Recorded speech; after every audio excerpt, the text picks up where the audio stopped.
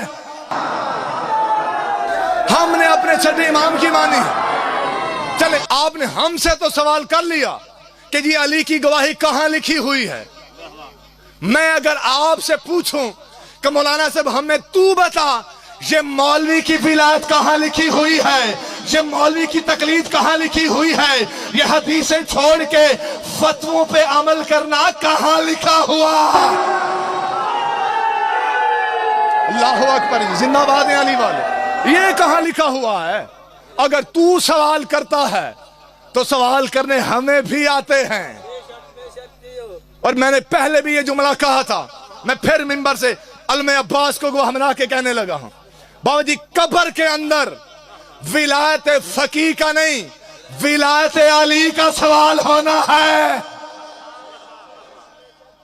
ولایت فقیہ کا نہیں ہونا، ولایت علی کا سوال ہونا ہے. اپنے بچوں کے عقیدے بچانا بابا جی بڑا ضروری ہے. قیصر شاہ جی بس ایک فرمان پڑھ رہا ہوں.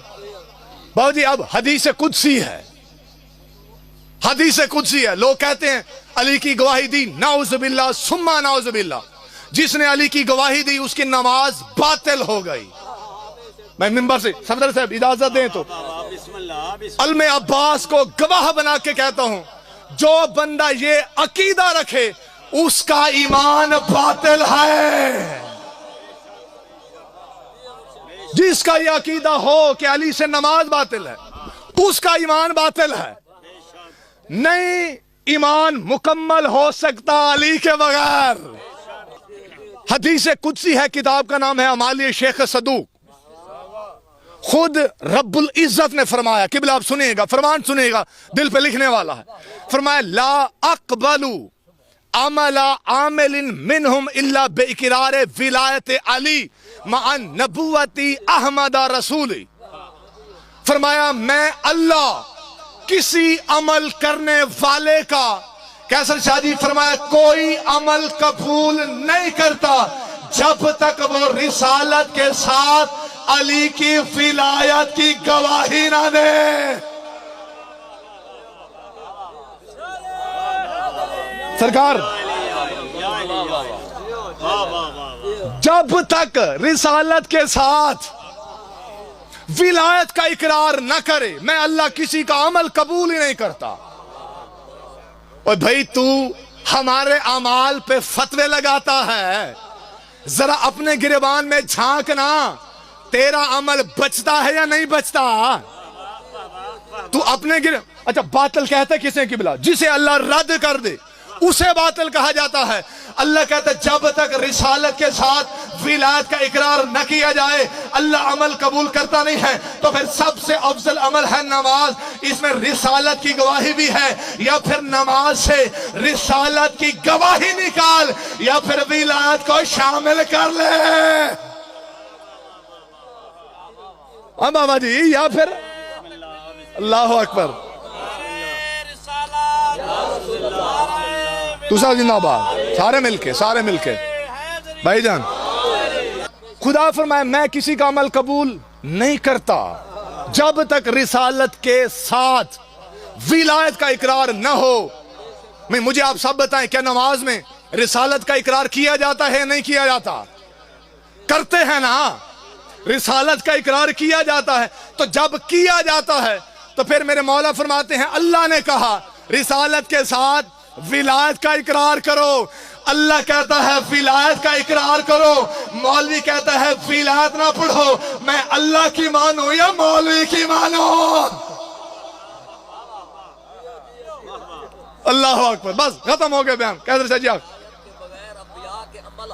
اللہ اکبر. اللہ زندگی دراز ہو تمہاری سرکار بلا شبہ.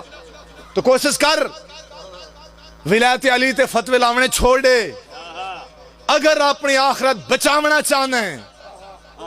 قبلہ چھٹے بادشاہ کے پاس صحابی آیا کہ مولا یہ بتائیں کہ مد دین، مولا یہ دین کیا ہے؟ فرمایا الدین ہی خمس خصال، فرمایا دین 5 خصلتوں کا نام ہے، یعنی دین 5 چیزوں کا نام ہے. بس آخری جملہ. مصائب میرے بعد بادشاہ بیٹھے ہیں، میں خود بانی میں تو خود سننے آیا تھا، حضرت صاحب آپ بھی بیٹھے ہیں، سرکار بس آخری جملہ قبول کر کے دعا کر دینا.